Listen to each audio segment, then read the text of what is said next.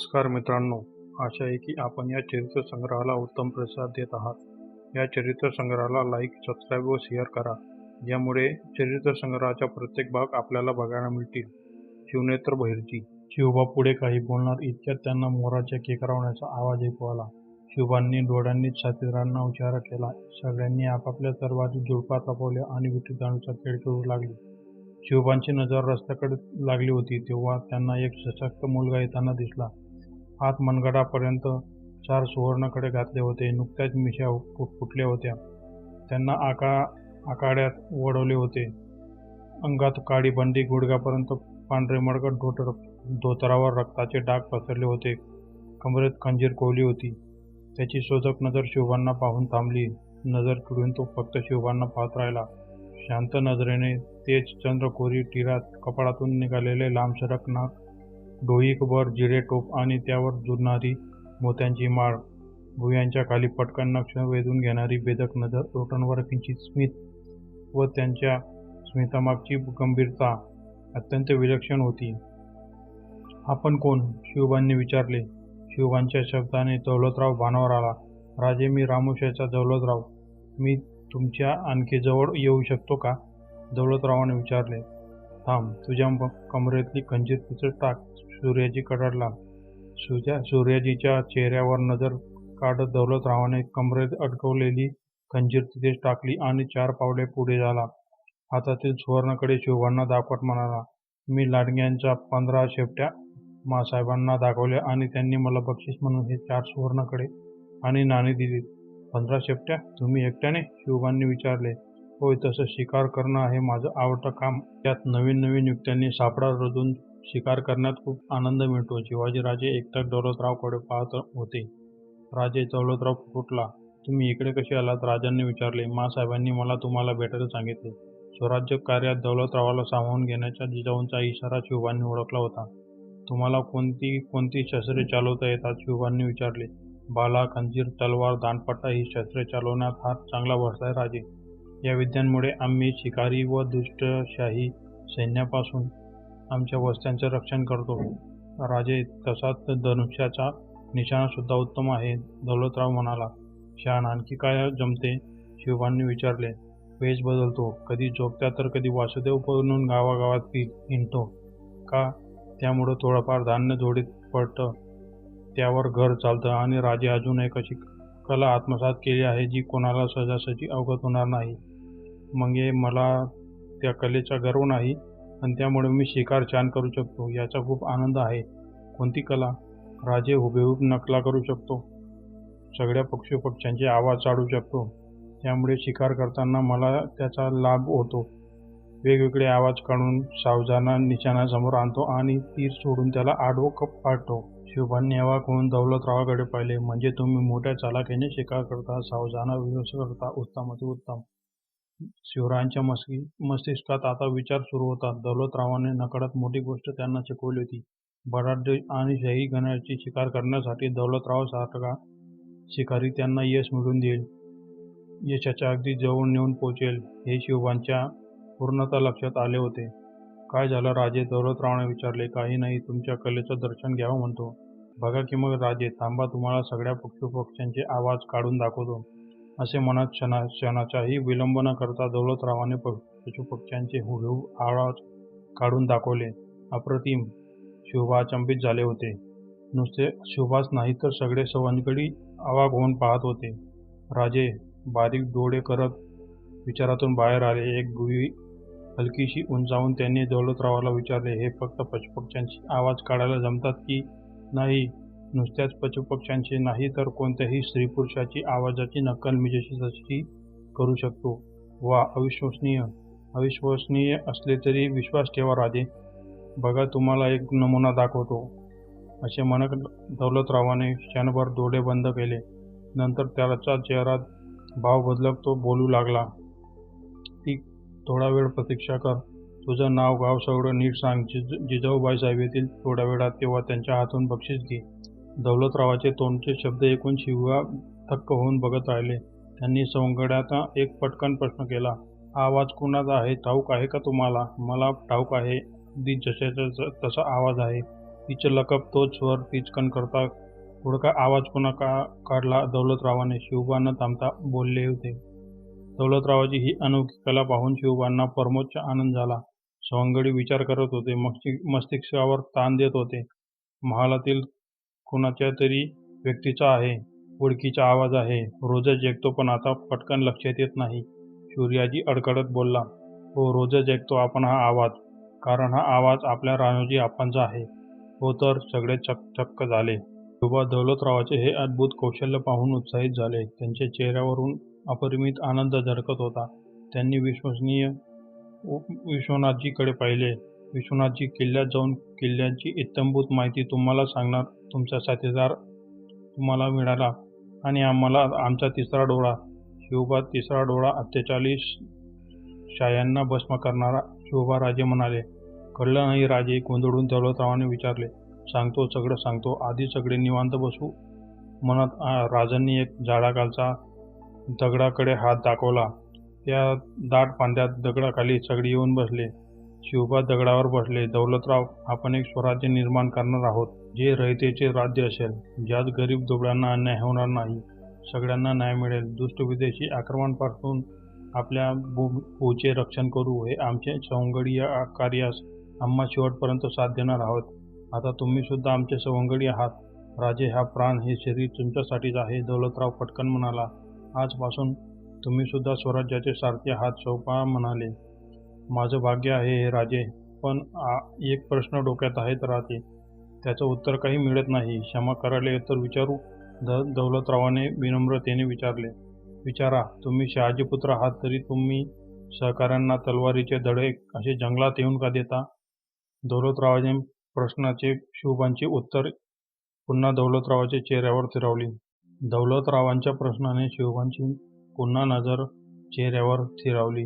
दौलतरावाच्या प्रश्नातली गंभीरता कुणाच्या लक्षात आली नव्हती, परंतु शिवाजी राजांच्या पटकन लक्षात आली. ते आणखी थक्क झाले होते.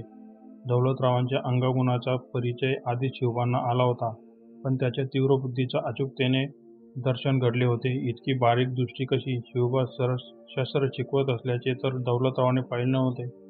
मग दौलतरावाला कसे कळले इथे शस्त्रांचे धडे गिरवले जात आहेत ते? आधी आम्हास उत्तर द्या. तुम्ही हे कसे ओळखले की शस्त्राभ्यास सुरू होता? मी रानात आलो तेव्हा मला तलवारीच्या घर्षणाचा आवाज ऐकू येत होता. मी इथं पोहोचण्याच्या आधीच थोडा वेळ आधीच तो आवाज बंद झाला. त्यापूर्वी मोराच्या किकारण्याचा आवाज मी ऐकला होता. तो तुमच्यासाठी कोणीतरी दिलेला इशारा होता. इथं जवळ पोहोचलो तर तुम्ही विट्टी दांडू खेळत होतात. माझी नजर त्या झुडपाच्या खोडाजवळ गेली. तिथं मला तलवारीची मूठ दिसली. दौलतरावाने सांगितले. सगळ्यांच्या माना झुडपाच्या दिशेने वळल्या. खरोखर तिथे लपवलेल्या तलवारीची मूठ दिसत होती.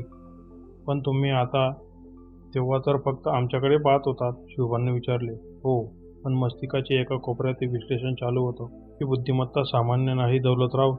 तुम्हाला कल्पना नाही तुम्ही किती धनी मानव आहात. शिवबा राजे दगडावरून उठून दौलतरावाजवळ आले. शिवबा राजे उठता सगळे सवंगडी उभे राहिले होते. राजांनी दौलतरावाच्या खांद्यावर हात ठेवला. शिवबा राजे काही बोलणार इतक्यात तानाजी म्हणाला, दौलतराव, तुला कसं माहीत? मोराच्या केकरवण्याचा आवाज हा राजांसाठी सूचना होती. शिवबांनी सुद्धा तानाजीच्या प्रश्नावर मार हाणून दुजारा दिला होता.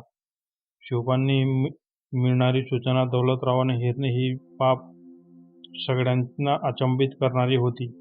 कारण त्यांच्या मते इतक्या दाट वटवृक्षावर अशा ठिकाणी तो मुलगा बसला होता की सहजासहजी कोणाच्या दृष्टीस पडणार नाही आणि दौलतरावाने त्या वृक्षाकडे पाहिले सुद्धा नव्हते. तर मग दौलतरावाने इतक्या ठामपणे कसे सांगितले?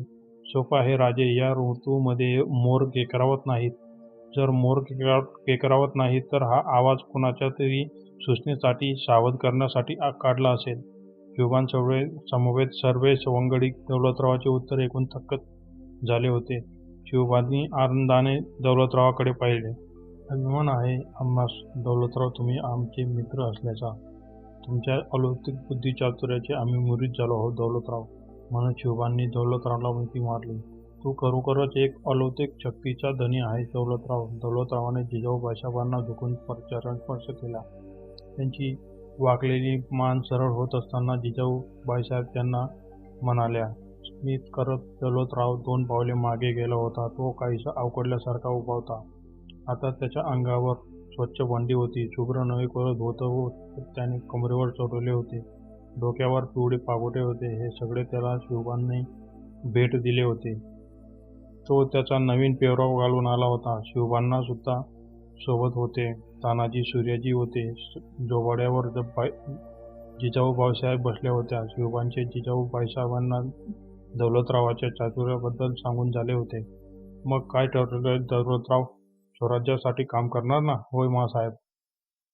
छान. तुझ्यासारख्या नव्या पिढीला चाणक्य शिवबांसोबत असेल तर प्रत्येक युद्धात विजय मिळवाल. पण एक. काय मातोश्री? शिवबांनी विचारले. युद्धापेक्षा युद्धाचे नियोजन तितकेच महत्त्वाचे असते. युद्धात तलवार योग्य वेळी गाजवली तरच त्याचा परिणाम चांगला होतो. पण ती योग्य वेळ कशी ओळखायची? आणि युद्ध सुरू असताना योग्य वेळीची वाट पाहत राहायची. सूर्याजीने विचारले. योग्य वेळीची वाट कशाला पाहायची? सूर्याजी, ती वेळ निर्माण करायची, जिजाऊ सांगत होत्या. कशी? सूर्याजीने पुन्हा विचारले. सापळा रचून सावध गारद करायचं. दौलतराव पटकन म्हणाला. शिवबांनी दौलतरावाकडे पाहिले. दौलतरावांना त्याच्या याच उत्तराची अपेक्षा होती. अगदी बरोबर दौलतराव, ही जबाबदारी तुझी राहील, जिजाऊ साहेब म्हणाल्या. माझी? होय, तुमची दौलतराव. मातोश्रींचे म्हणणे स्पष्ट आहे की तुम्ही शत्रूच्या गोटात जाऊन त्याची संपूर्ण माहिती आमच्यापर्यंत आणावी. शत्रूच्या तुमच्यावर विश्वास बसेल असे कार्य तुम्ही वेळ पडली तर करावे. आमच्या विरुद्ध लढावे, स्वराज्या विरुद्ध लढावे. तुमच्या विरुद्ध लढावे? अहो, जिवंतपणे प्राण जाईल माझा.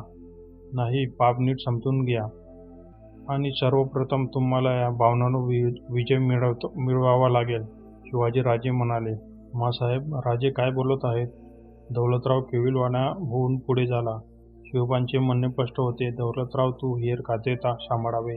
दौलतरावाने सुरुवातीला सुल्लत झाला होता, पण त्याच्यावर इतकी मोठी आणि विश्वासार्ह जबाबदारी टाकली गेल्याने त्याला संतुष्टी सुद्धा होती.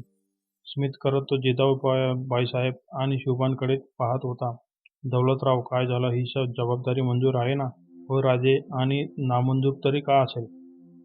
शिवबा, कान्होजी जेथे 2 दिवसात कर्नाटकाहून येतील त्यांची आणि दौलतरावाची भेट घालून द्या, जिजाऊ बाईसाहेब म्हणाल्या. कान्होजी जेथे? प्रश्नार्थ स्वरात दौलतराव पुटपुटला. आबासाहेबांचे विश्वासू साथीदार आहेत ते. तसेच गनिमी काव्याचे उत्तम जाणकारही आहेत.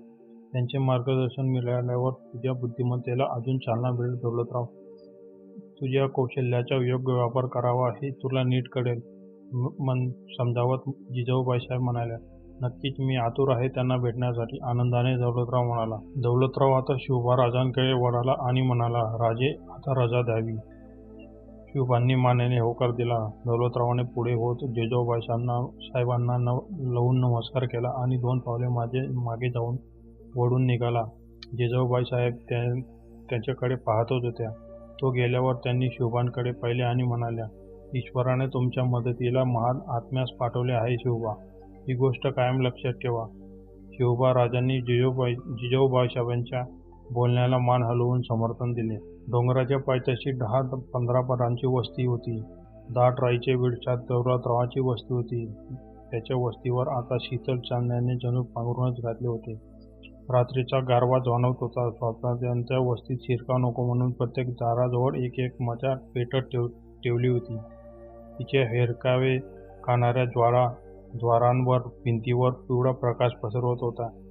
धुराच्या स्पर्शाने मशालीला टेकून असलेल्या भिंतीचा भाग काळाकुट्ट झाला होता. घरांच्या छपरावर गवताच्या छोट्या छोट्या पेंड्या उत्कृष्टपणे रचल्या होत्या. मंद हवेची झुळूक तिच्या सोयीने तिचा प्रभाव दाखवत होती. निसर्गसृष्टीत जसा कमालीची शांतता होती, परंतु वटावरच्या गुप्तांचा विचित्र आवाज अधूनमधून घुमत होता. सगळी वस्ती गाढ झोपली होती, परंतु दौलतरावाने मात्र निद्रा देवी प्रसन्न होत नव्हती. तो दरवाजा उघडून बाहेर आला. दरवाजाच्या बाजूला एक पितळी भांड्यात तेल भरून ठेवले होते. त्याने ते भांडे उचलून त्यातील तेल मशालीवर ओतले. मशालीने चांगला भडका घेतला, त्यामुळे परिसर चांगलाच प्रकाशमान झाला होता. दौलतरावाने वस्तीवर नजर फिरवली व स्मित केले. त्याला शिवबांचा महाल आठवत होता. तो स्वतःची विचार करून, कुठं ही झोपडी वस्ती आणि कुठं शिवबांचा लाल महाल. कुठं हा रामोशाचा दौलतराव आणि कुठं सरदार शहाजी राजांचे शिवबा. सागरासारखं अथांग मन आहे शिवबांचं. त्यांच्या हृदयाची खोली न मोजता येण्यासारखी आहे. जातपात न बघता त्यांनी मला आलिंगन दिलं. माझ्यावर स्वराज्याच्या हेर खात्याची जबाबदारी टाकली. नशीब काय ही गोष्ट असते याचा आज मला परिचय आला. इतका जीवनात आनंद कधीच झाला नव्हता, जितका शिवबांच्या आलिंगनात झाला.